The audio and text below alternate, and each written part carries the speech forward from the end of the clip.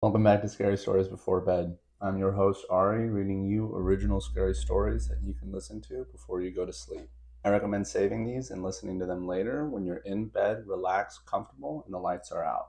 I try to do this once a week, so if you like this, please comment and follow. And without further delay, please enjoy. Hannah had just finished college and decided to stay at home until she could find a new apartment in the city. She was tired of living with her folks, but it was all she could afford, so she spent most of her time out. To save money, Hannah would walk everywhere. The neighborhood was a pleasant walk, filled with dense greenery and trees. No one had to worry about other people, so you could travel safely and at ease. However, Hannah didn't share that sentiment. Even during the day, she often felt like someone was following her. She'd walk and hear a sound in the wind, but she would never see it. No one else, not even her parents, believed her. Perhaps it was someone's cat, or maybe a raccoon. And that made sense to Hannah, but something in her body still wasn't comforted.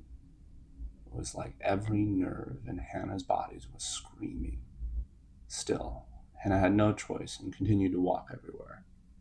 She made it a habit never to go out alone after the sun went down.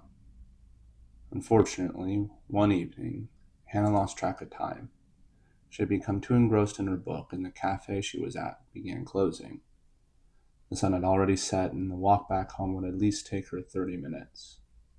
Without much choice, Hannah began to speed walk home. About halfway on her journey, she felt the presence again. It was like a slime, spreading all over her body, chilling her to the bone. She quickened her pace, trying to stay in the light of the street lamps. But whatever it was, Hannah couldn't seem to shake it off. She began jogging until she came to a turn in the path and discreetly hid behind some hedges.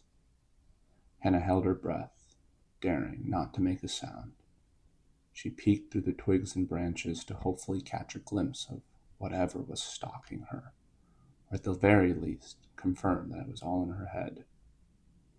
As Hannah desperately attempted to slow the thumping of her heart, she waited until she saw it, and crawled from the shadows into a little sliver of light cast from the street lamp. It wasn't human, but it wasn't animal either. The thing stood 2 feet tall and walked on two legs, but its long, spindly arms dragged behind it.